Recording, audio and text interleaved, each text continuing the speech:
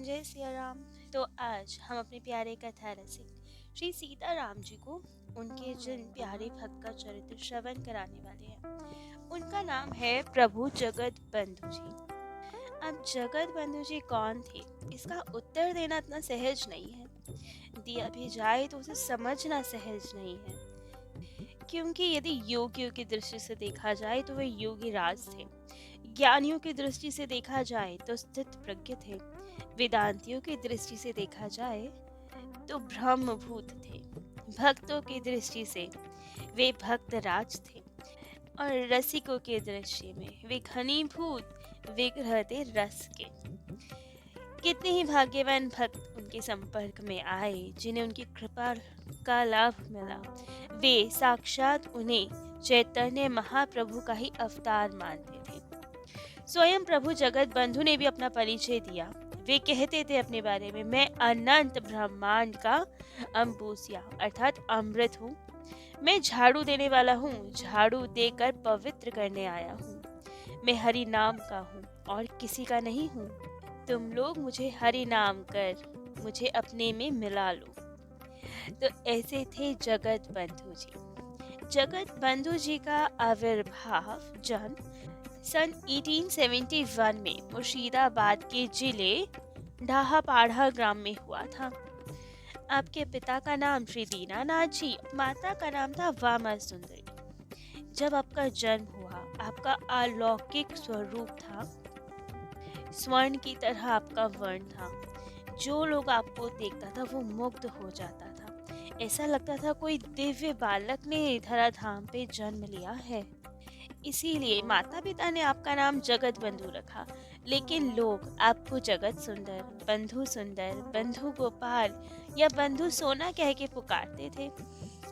जब आपकी जन्म पत्री ज्योतिषी ने देखी तो वे कहते थे, जिन 5 ग्रह के संयोग से अवतार जन्म लेते हैं वही 5 ग्रह इनके जन्म लगन में हैं, अर्थात ये एक अवतारी बालक है। ये दिग्विजय महापुरुष होगा। इसके द्वारा जीवों का परम मंगल होगा, परम कल्याण होगा। सन्यासी जन जब आपको देखते थे तो वे कहते थे ये राजा होगा, लेकिन भोग का राजा नहीं होगा, योग का राजा होगा। क्योंकि देखो, इनके चरण में ध्वज वज्र अंकुश की रेखाएं दिख रही हैं।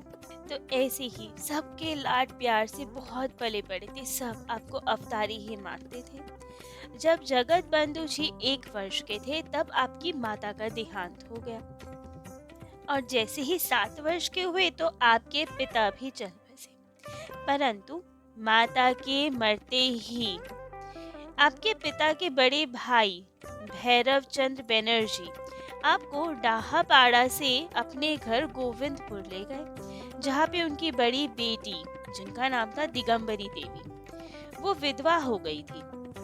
उनकी एक कन्या थी। तो जैसे वे अपने कन्या का लालन पालन करती थी, वैसे ही अब आपका अपने चचेरे भाई जगत बंधु का भी लालन पालन करने लगी, बहुत प्रेम से। जगत जी तब बोलना सीख ही रहे थे, और जब से आपने बोलना सीखा तब से तो हरी हरी ही गाते थे। हरी हरी की जगह हई हई कहते थे, ताली बजाते थे, खूब नाचते थे। अब जब दिगंबरी देवी ने देखा कि ये छोटा सा बालक हरी हरी कह के नाचता है, गाता है, कितना प्रसन्न रहता है, तो उन्होंने आपके लिए एक छोटी सी ढोलक और एक जोड़ा करताल खरीद के दे दिए। अब तो जगत बंधु जी अपने साथियों के साथ दिन भर वही ढोलक बजाते, करताल बजाते और कीर्तन में मद मस्त रहा करते थे। जो भी लोग आपके दर्शन करते, आपकी उन्मत्तता को देखते, वे यही कहते कि अवश्य ही ये बालक कोई असाधारण है, अवश्य ही ये कोई महापुरुष है जिन्होंने यहाँ जन्म लिया है। अब जैसे जैसे जगत बंधु जी बड़े होते जा रहे थे, लोगों के मन में ये धारणा दृढ़ होती जा रही थी। आपके अलौकिक गुण सबको प्रभावित करते जा रहे थे। जब बालकों के साथ आप लुका छुपी खेलते थे, तो जहां भी आप छुपते थे, आप आसानी से पकड़ में आ जाते थे। क्यों? क्योंकि आपके देह से, आपके अंगों से एक अलौकिक सुगंध निकला करती थी। जिसके कारण आप ज्यादा देर तक कहीं छुपी नहीं पाते थे। सुगंध का पीछा करते करते आपको हर कोई ढूंढ लिया करता था। लेकिन बालपन से ही आप बहुत चंचल थे, और चंचल भी बड़ी खतरनाक वाली किया करते थे। बहुत खतरनाक साहस पूर्वक चंचलता किया करते थे, जिसे देखकर लोग दंग रह जाते थे, डर जाया करते थे। और आपके पालक पोषक जो थे, आपकी दीदी जो आपका लालन पालन करती थी, वे चिंतित हो उठती थी। अक्सर आप पद्मा नदी के किनारे चले जाया करते थे। घाट पर बंधी मल्लाहों की नौका को देखकर जो नौका भाती थी, आपको उसी में चढ़ जाते थे, उसकी रस्सी खोल दिया करते थे और नाव आपको लेकर चल पड़ती थी। लोग देख के डर जाते थे, अवाक रह जाते थे कि जरा सा पालक है और नाव में बैठ के अब नाव चले जा रही है, क्या होगा। तुरंत सब लोग घर जाते थे, घर वालों को बताते थे।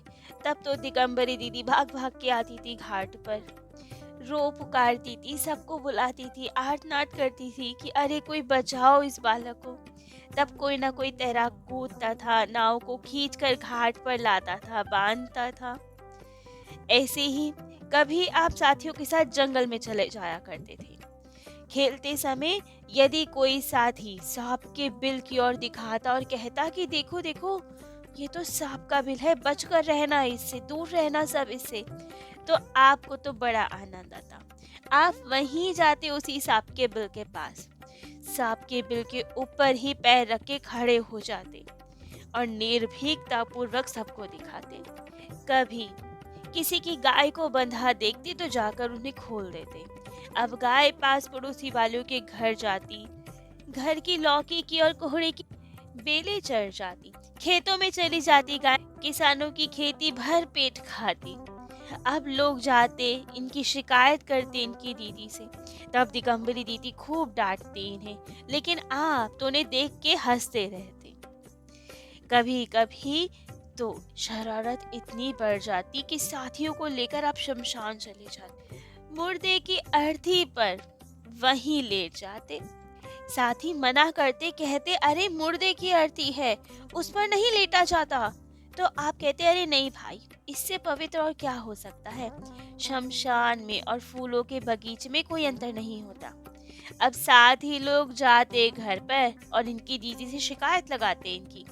तब दिगंबरी दीदी कहती जाओ जाके स्नान करके आओ, तुम अपवित्र हो। लेकिन जगत बंधु जी कहते दीदी, पवित्र अपवित्र तो मन के विकार हैं, मैं जो भी छू लेता हूँ वही पवित्र हो जाता है। अब ये बड़ी बड़ी बातें सुनकर तो दीदी आश्चर्य में और क्रोध में भर जाती, देखती ही रह जाती इनकी ओर। लेकिन फिर भी जबरदस्ती एक ऐसी जल इनके ऊपर डाल ही देती, पवित्र करती है। कुछ समय के बाद इनके ताऊजी भैरव चंद्र जी ने ब्राह्मण कांदा में नया घर बनाया और अब सब परिवार को वहां जाके रहना पड़ा। पर उसके 7 महीने बाद ही उनका देहांत हो गया और गृहस्थी का सब भार उनके 2 पुत्रों पे, गोपाल चंद्र पे और तारिणी चंद्र पर आ गया। अब वे भी बड़ा ध्यान रखते, जगत बंधु का पढ़ाई लिखाई की पूरी व्यवस्था करने की कोशिश करते। जब जगत बंधु जी 13 वर्ष के थे तब उनका उपनयन संस्कार करवाया गया और उसके बाद जितनी इनकी चंचलता थी, जिसमें गंभीरता तो छुपी हुई थी, अब वे सबके सामने प्रकट होने लगी। उपनयन के बाद ऐसा बदलाव आया कि अब गंभीरता की साक्षात मूर्ति बन गए। आचार विचार संयम नियम में ऋषि कुमार के जैसे लगने लगे। वे दिन में 3 बार स्नान करते, नियम से संध्या पूजन करते, अपने हाथों से भोजन पकाकर हविष्य अन्न ग्रहण करते, ब्रह्मचर्य का दृढ़ता पूर्वक पालन करते, एक सादे कपड़े से ही अपने सर्वांग को ढक के रहते, बहुत कम बोलते, पथ में चलते समय दृष्टि सदैव नीचे रखते, स्कूल में भी पढ़ने जाते तो सबसे पीछे वाली बेंच पे बैठते, पढ़ते पढ़ते उदास दृष्टि से एक किसी कोने की ओर देखते ही रह जाते, जाने किन विचारों में खो जाते। स्कूल से आते तो कभी कभी किसी निर्जन स्थान में चले जाते, ध्यान मग्न होकर कई घंटों तक वहीं बैठे रहते। अब दिगंबरी दीदी की दृष्टि से जब ये बालक जगत बंधु बहुत देर तक दूर रहता, तब वे व्याकुल हो उठती कि कहाँ गया ये। पुकार उठी, जगत कहाँ है, जगत तू कहाँ है। तब जगत की खोज होने लगती। कोई कहता कि अरे जगत बंधु तो वहां घर से दूर एक बेल के पेड़ के नीचे ध्यान अवस्था में बैठा है। लेकिन किसी का साहस नहीं होता इन्हें कुछ कह पाने का। जैसे तैसे इन्हें घर वापस लाया जाता। रात्रि में भी इनकी दीदी इनको अपने पास ही सुलाया करती थी। सोते सोते थोड़ी देर बाद इनके ऊपर हाथ फेर के देख लिया करती थी कि कहीं चला तो नहीं गया ये। कभी कभी जब ये ना होते, चले जाते कहीं, तो चीख पड़ती, जगत जगत कहाँ है। तुरंत फिर नौकर चाकर उठते, भागते इनकी खोज में। कोई कहता कि तालाब के उस पार से उसके अंग की गंध आ रही है। जगत बंधु जी के शरीर से जो सुगंध निकलती थी, उस सुगंध से फिर नौकर चाकर इन्हें ढूंढा करते थे। तब जाके देखते तो आम के वृक्ष के नीचे ध्यान मग्न ये बैठे रहते। कभी कभी मंद स्वर में गाते रहते, बंधु की आर बलिबे आमी, जन्मे जन्मे जीवने मरने, प्राणनाथ हयो तुमी। जगत बंधु जी को जगत में रखने का जितना प्रयास इनके घर वाले करते, लेकिन कोई इन पे असर हो नहीं पाता था। जगत बंधु जी अधिकतर समय कुछ अनमने से ही रहते थे। ऐसा लगता था उनके अंदर कोई भाव धीरे धीरे पुष्ट होता जा रहा है। जगत बंधु जी की पढ़ाई तो आरंभ हुई जहाँ पे ये रह रहे थे, ब्राह्मण कांडा ग्राम में। लेकिन कुछ दिनों बाद आलमपुर और फरीदपुर में आप चले गए। उसके पश्चात आप भेज दिए गए रांची, जहाँ इनके भाई तारनी चरण जो थे इनकम टैक्स के ऑफिसर, तो उन्होंने इन्हें वहीं रांची में एक स्कूल में भर्ती करा दिया। अब जगत बंधु जी जहाँ भी जाते, इनके आसपास रहने वाले या इनके संपर्क में आने वाले जितने लोग हुआ करते थे, सबके आकर्षण का केंद्र आप बने रहते थे। आपका स्वरूप भी ऐसा था, आपके अंग की गंध भी ऐसी थी। लावण्य, मधुर कंठ, प्रेमिक स्वभाव, सुमधुर सरल व्यवहार, सब के मन को चुरा लेते थे आप। केवल मनुष्य ही की क्या चली, पागल पशु भी आपके संपर्क में आकर शांत हो जाया करते थे। ऐसा ही हुआ था। तारनी चरण जी के मित्र थे उनके पड़ोसी राय बहादुर रखाल बाबू, जिनके पास एक बहुत कीमती घोड़ा था, लेकिन वो पागल हो गया था। जो भी उस घोड़े की पीठ पे बैठता था, वे उसे फेंक देता था और पागलों की तरह भागता फिरता था। अब एक दिन जगत बंधु जी ने राय बहादुर जी को तारनी चरण जी से उस घोड़े के विषय में बात करते सुन लिया। वे बोल पड़ा, राय बहादुर जी, घोड़ा मैं ठीक कर सकता हूँ आपका। लेकिन ये सुन के तो तारनी चरण जी डर गए। कहा, नहीं नहीं जगत बंधु, ऐसा दुस्साहस मत करना, वो घोड़ा बहुत जालिम है, बड़े बड़े घुड़सवारों का अभिमान चूर कर चुका है, कभी उसके पास मत जाना। तो लेकिन जगत बंधु जी ने हंसकर कहा, भैया मेरे काबू में आते ही शेर भी चूहा बन जाता है। अब तारनी चरण जी को लगा बच्चा है, केवल हंसी कर रहा है, ध्यान नहीं दिया उनकी बात पे। लेकिन एक दिन संध्या समय था, राय बहादुर जी अपने कार्यस्थल से वापस घर लौट रहे थे, तो देखा अस्तबल में घोड़ा नहीं था। तभी तारनी चरण जी भी दफ्तर से आए तो देखा घर में जगत बंधु भी नहीं है। अब जब दोनों ने एक दूसरे को ये बात बताई तो दोनों चिंतित हो गए। वहीं दरवाजे पे दोनों बैठ गए। किसी ने कहा कि हमने जगत बंधु को घोड़े पर सवार होते जाते देखा है। और ये सुनते दोनों अब भारी चिंता में डूब गए। जिसका डर था वही हुआ। राय बहादुर जी ने कहा, तारनी बाबू, मेरा घोड़ा जाए या रहे इसकी चिंता नहीं है मुझे, पर आपके भाई को कुछ नहीं होना चाहिए, इसकी बहुत चिंता है।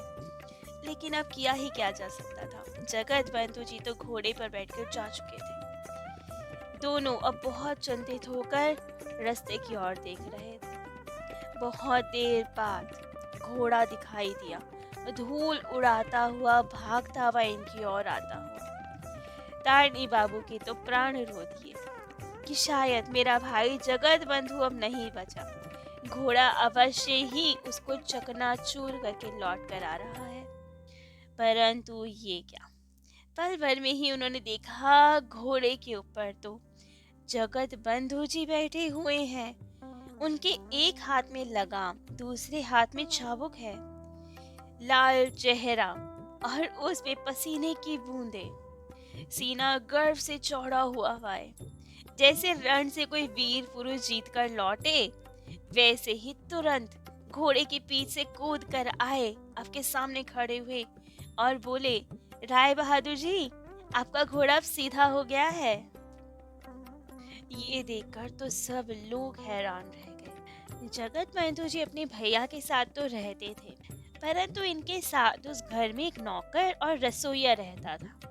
रसोइया पहले ही भाग गया था। बड़ी सबको हैरानी हुई। तब तो नौकर को डराया धमकाया गया, उससे पूछा गया कि क्या है ये, क्यों भागा है वो ऐसे।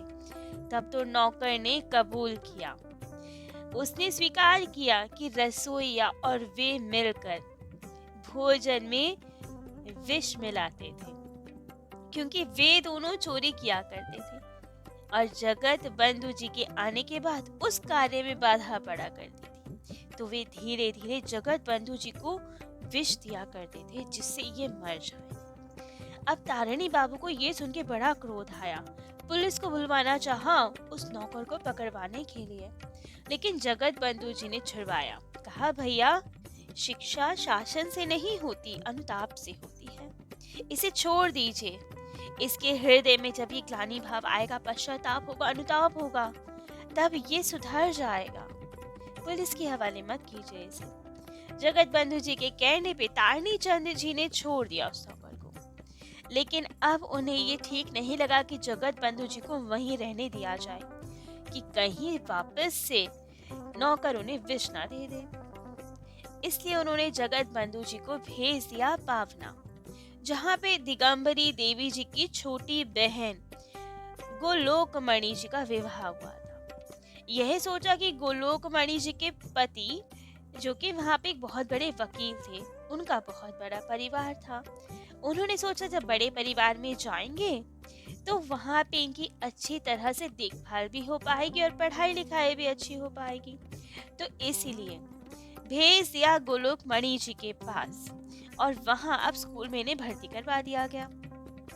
जगत बंधु जी की जगत पावन की लीला यही पावना से ही अब आरंभ हुई। जगत बंधु जी पुष्प की जैसे धीरे धीरे तो यहाँ हर जगह खिल रहे थे, लेकिन पावना में जाकर वो पुष्प एकदम से खिल पड़ा। जो भाव जगत बंधु जी के हृदय में धीरे धीरे पुष्ट हो रहे थे, वे अब वहां जाकर परिपक्व हो गए। पढ़ाई में तो उनका मन पहले ही नहीं लगता था, लेकिन फिर भी परीक्षा में संतोषजनक ढंग से उत्तीर्ण हो जाया करते थे। लेकिन अब यहाँ आकर पढ़ाई तो नाम मात्र की ही रह गई, क्योंकि अब पढ़ाई का जो चरम लक्ष्य था, ईश्वर भक्ति, वे उसे पा चुके थे। अब हर समय आप एक अलौकिक भाव राज्य में खोए रहते थे। हरि कीर्तन तो जन्म से ही आपको पसंद था, उनसे प्रेम तो था ही, तो अब हरि कीर्तन ही, हरि नाम ही आपके जीवन का सार बन गया। अब हरि कीर्तन की ध्वनि सुनते ही आप नृत्य करने लगते थे। नृत्य करते करते मूर्छित हो जाया करते थे। सारा शरीर कांपने लगता था आपका, नेत्रों से जलधार बहने लगती थी, रोम रोम से रक्त बिंदु झलकने लगते थे, मुख से फेन निकलने लगता था, श्वास प्रश्वास कभी कभी बंद सी पड़ जाती थी। एक समय की बात, आप ध्रुव चरित्र का नाटक देख रहे थे। जैसे ही ध्रुव जी ने उस चरित्र में गाना आरंभ किया, कौथाए पद्म पलाश लोचन हरि, वे कांपते कांपते अचैतन्य हो गए। उस समय कलकत्ता के प्रसिद्ध डॉक्टर आए, चंद्रशेखर कारी जी, वो वही थे, नाटक देख रहे थे। जब उन्होंने आपको अचेतन देखा तो आए, आपकी नाड़ी देखी, तो उन्हें यही लगा कि मिर्गी का रोग हुआ है आपको। लेकिन जब पास में गए और ढंग से परीक्षण किया आपका, तो स्पंदनहीन थे आप, नाड़ी की गति बंद सी हो रही थी। लेकिन जैसे ही डॉक्टर को आपका स्पर्श मिला तो उनमें भी सात्विक भावों का उदय होने लगा। हरि बोल कह के नाचने का मन करने लगा उनका। ऐसे ही एक बार जगत बंधु जी इच्छामती नदी में स्नान कर रहे थे। तभी ग्वालों ने गाना आरंभ किया। आर कबे देखा पावो जुगल रूप एक आसने, अर्थात हाय कब एक आसन पे बैठे जुगल स्वरूप के दर्शन कर पाऊंगा। ये गाना सुनते ही आप फिर मूर्छित होकर नदी में गिर पड़े। अब घाट पे जितने लोग थे तुरंत कूदे, जैसे तैसे आपको निकाल के लाए तट पर। लेकिन बहुत चेष्टा के बाद भी आपकी मूर्छा ही भंग ना हो। तब एक वैष्णव बाबा जी ने देखा आपको और कहा, इसे भाव मूर्छा हो गई है, आओ इसे घेर कर हरि नाम करें। तब तो सब लोगों ने ताली बजा बजा कर हरि बोल का गान किया। जगत बंधु जी ने भी तब ये कीर्तन सुन के तुरंत अपने नेत्र खोल दिए। लेकिन उनका आवेश बना रहा।